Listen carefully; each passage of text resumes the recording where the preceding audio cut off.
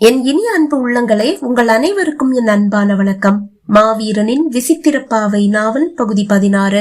வாங்க தொடர்ந்து கதையை கேட்கலாம். ஆருத்ராவின் குடிசை தீக்கிரையானாலும் தோட்டத்திற்கு எந்த பாதிப்பும் இல்லாதது. ஆருத்ராவுக்கு நிம்மதியாக தான் இருந்தது. தனுஷ் தன்னை இங்கிருந்து அழைத்து செல்லாமல் இருந்திருந்தால் தான் கண்டிப்பாக ஆபத்தில் சிக்கி இருப்போம் என்று ஆருத்ராவுக்கு புரிந்தது. ஆனாலும் தீக்கிரையாகி இருக்க மாட்டோம். வெந்த புண்ணில் வேல் பாய்ச்சிய கதையாக புண்ணாகி கிடக்கும் தன் உடல் இன்னும் புண்ணாகி நரக வேதனையை தான் அனுபவித்துக் கொண்டிருந்திருக்க வேண்டும் என்பதில் ஐயம் என்ன? தீக்கிரையான குடிசையை அப்புறப்படுத்திவிட்டு அந்த இடத்தில் புது குடிசைக்கான வேலை ஆரம்பமாகி இருக்க தனுஷின் விழிகள் ஆருத்ரா மீதுதான் இருக்கிறது. அதை உணர்ந்த ஆருத்ரா தவறியும் அவன் பக்கம் விழிகளை திருப்பவில்லை. இப்போது பந்து அவனிடம் அல்லவா இருக்கிறது.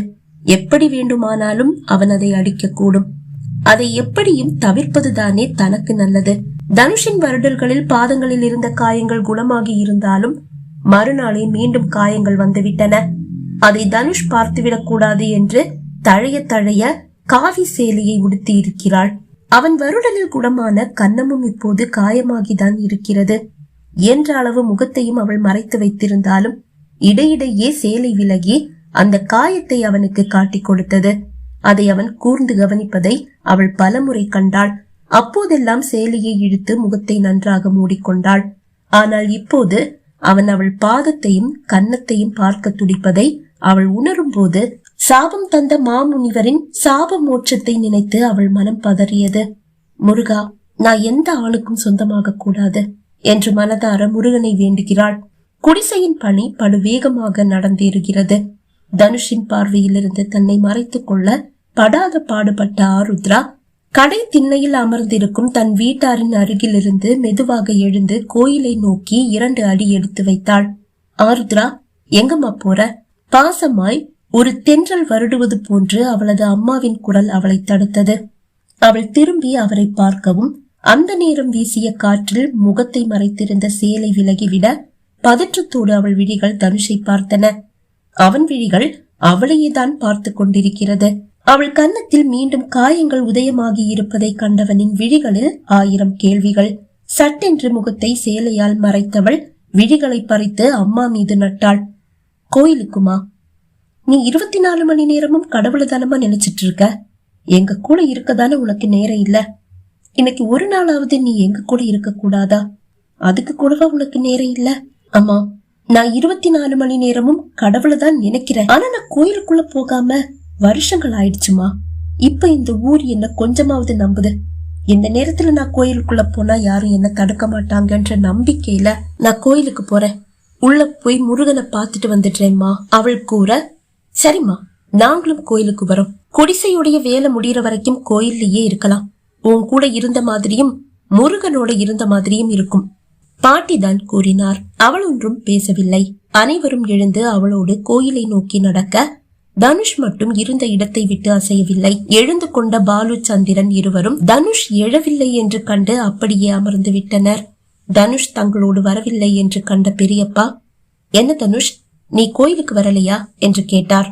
இல்ல பெரியப்பா, அது சிலர் விரும்பாத போது அதை புரிஞ்சும் அவங்களுக்கு தொல்லை கொடுக்கிறது சரியில்லையே என்று கூறும்போது அவன் விழிகள் ஆருத்ராவை பார்த்தன. கோயிலை நோக்கி நடந்து சென்று கொண்டிருந்த ஆருத்ரா அவளையும் அறியாமல் தலையை திருப்பி அவனை பார்த்தாள். அப்போதும் சேலை விலகி அவள் விழிகளின் கலவரத்தை அவனுக்கு அப்பட்டமாக காட்டியது. எதுவும் பேசாமல் அவள் தலையை திருப்பிக் கொண்டு மீண்டும் கோயிலை நோக்கி நடந்தாள்.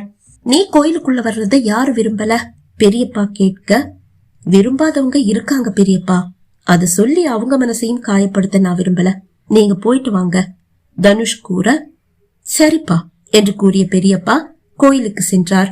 குடிசை கட்டி முடிக்கப்படும் வரை ஆருத்ராவோ தாத்தா வீட்டாரோ வெளியே வரவே இல்லை. குடிசை கட்டி முடிக்கப்பட்டதும் தனுஷ் குடிசைக்குள் சென்று குடிசையை பரிசோதித்தான். அதில் ஒரு சில ஓட்டைகள் இருப்பதை கண்டவன் குடிசை கட்டியவர்களிடம் அதை அடைக்குமாறு கூற அவர்களும் அந்த ஓட்டையை அடைக்க, ஓட்டையை அடைத்து விட்டால் மட்டும் குடிசைக்கு என்ன பாதுகாப்பு வந்துவிட போகிறது? ஆருத்ரா இங்கு பாதுகாப்பாக இருக்க முடியாது என்று அறிந்தும் பாதுகாப்பை மீண்டும் பரிசோதித்தான் தனுஷ். அனைத்தும் முடிந்த பிறகு பாலுவை அனுப்பி அனைவரையும் அழைத்து வர சொன்னான். அவர்களும் வந்து குடிசையை பார்வையிட்டனர். அதன் பிறகு ஆருத்ராவை குடிசையில் அமர்த்திய பிறகு அவளது பாதுகாப்பிற்காக 4-5 இளைஞர்களையும் வெளியே காவலுக்கு அமர்த்திவிட்டு சென்றனர். சிறிது தூரம் நடந்து சென்ற தனுஷ் திரும்பி ஆருத்ரா அருகில் வந்தான். வெளியில 4-5 பேர் காவலுக்கு இருக்காங்க, நீ ரொம்ப பாதுகாப்பா இருப்பேன்னு மட்டும் நீ நினைச்சிடாத.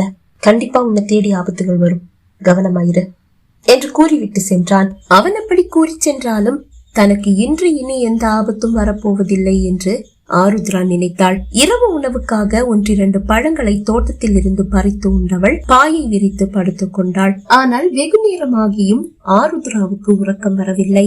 பின்வாசலை திறந்து கொண்டு தோட்டத்தில் கால் எடுத்து வைத்தவள் அப்படியே காலை இழுத்து கொண்டாள். அதோ புதிதாக தோட்டத்தில் போடப்பட்டிருக்கும் மூங்கில் நாற்காலிகளில் ஒன்றில் அமர்ந்து உறங்காது அவளது குடிசைக்கு காவல் காத்து கொண்டிருக்கிறான் தனுஷ். ஆருத்ரா திகைத்து நின்றுவிட இருக்கையில் இருந்து எழுந்து அவள் அருகில் வந்தவன், இந்த மூங்கில் நாற்காலியை செஞ்சு நான் தான் தோட்டத்துல போட சொன்னேன். ஆமா, நீங்க என்ன இங்க? நீங்க பாதுகாப்பா இல்லன்னு என்னுடைய மனசு சொல்லிட்டே இருந்தது, அதனாலேயே தூக்கம் வரல, அதுதான் வந்துட்டேன். தோட்டத்துக்குள்ள எப்படி வந்தீங்க? தோட்டத்தோட பின்வாசல் வழியா தான் வந்தேன். தோட்டத்தோட பின்வாசல் வழியா வந்தீங்களா? காட்டுக்குள்ள போய்தானே பின்வாசல் வழியா உள்ள வர முடியும். உன்னுடைய பாதுகாப்பை விட அது எனக்கு பெருசா படல. அப்படின்னா என்னுடைய எந்த உதவியும் உங்களுக்கு அவசியமா இருக்கல, அப்படிதானே? அவன் பதில் ஒன்றும் சொல்லவில்லை. அப்படி எதுக்கு என்ன உங்க கூட கூட்டிட்டு போனீங்க? அதுதான் சொன்னேனே, நீ இங்க பாதுகாப்பா இல்ல. அவன் பேசிக்கொண்டு இருக்கும் போதே ஒரு ராட்சத பறவை ஒன்று பறந்து வந்து குடிசை கூரை மீது அமர்ந்தது. தொடர்ந்து அது தன் அலகால் கூரையை பித்தெறிய ஆரம்பித்தது.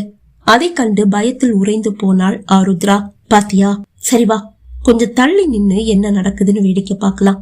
தனுஷ் கூற ஒரு எந்திரமாக அவனோடு நடந்து வந்து போடப்பட்டிருந்த நாற்காலிகளில் ஒன்றில் அமர்ந்து நடப்பதை வேடிக்கை பார்த்தாள் ஆருத்ரா. தனுஷும் ஒரு நாற்காலியில் அமர்ந்து நடப்பதை கவனித்தாலும் இடையிடையே ஆருத்ராவின் பாவ மாற்றங்களையும் கவனித்துக் கொண்டிருந்தான். பயம், பிரமிப்பு, தப்பித்து விட்டோம் என்ற நிம்மதி அனைத்தும் அவள் விழிகளில் போட்டி போட்டது. கூரையை பித்தெறிந்த அந்த ராட்சத பறவை தன் நீண்ட அலகை உள்ளே இறக்கி ஆருத்ராவை தேடுகிறது. அவள் இல்லை என்று கண்டதும் அது கோபமாக தலையை வெளியே எடுக்க அதற்குள் ஆருத்ராவோடு தோட்டத்து செடிகளின் இடையில் சென்று மறைந்து கொண்டான் தனுஷ். இந்த பறவையோடு சண்டையிடும் தைரியம் அவனுக்கு இல்லாமல் அல்ல.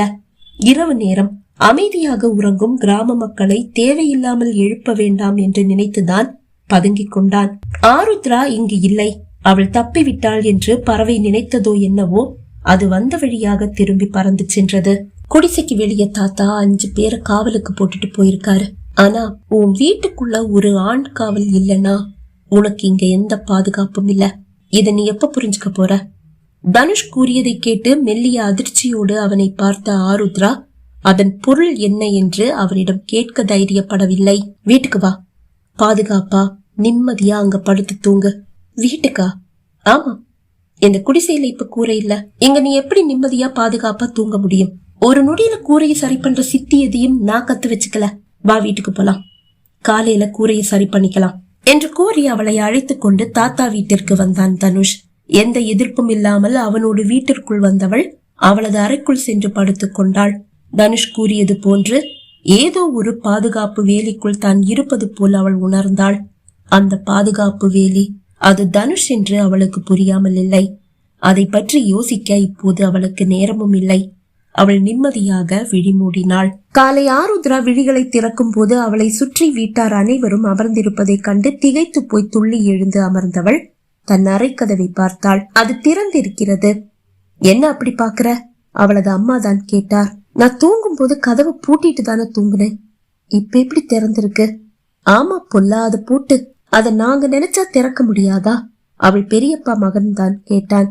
ஏன்னா இந்த கொலவெறி? அமைதியாக அவள் கேட்க, வேற என்ன பண்ண சொல்ற? நீ உன்னுடைய அறையில இருக்கிற ரகசிய பாதை வழியா யார்கிட்டையும் எதுவும் சொல்லாம அப்படியே திரும்பி போயிட்டா என்ன செய்யறதாம்? தாத்தா கேட்டார். வியப்போடு தாத்தாவை பார்த்தவள், என்னுடைய அறையில ரகசிய வழி இருக்குன்னு உங்ககிட்ட சொன்னது யாரு என்று கேட்டாள். நான் தான் சொன்னேன் ஆருத்ரா. தனுஷ் கூற அவனை கோபமாக பார்த்தவள், என்னை இப்படி எல்லா இடத்திலையும் மாட்டி விடுறதுல இவனுக்கு என்ன ஆனந்தமோ என்று நினைத்தாள். தனுஷை ஏமா முறைக்கிற? உன்னுடைய அறை கதவு சாத்தப்பட்டிருக்கிறத பார்த்து என்ன ஏதுன்னு விசாரிக்கும் போதுதான் நேத்துக்கு நைட்டு நடந்ததை தனுஷ் சொன்னான். நீ எந்திரிச்ச பிறகு உன்னை பார்த்து பேசலான்னு நாங்க சொல்லும் போது யார்கிட்டயும் சொல்லாம கொள்ளாம நீ ரகசிய பாதை வழியா வெளியே போயிடுவ, அதனால ஏதாவது பேசணும்னு நீங்க ஆசைப்பட்டா அதை உடனே செய்யுங்கன்னு சொன்னான். அவள் அம்மா தான் கூறினார்.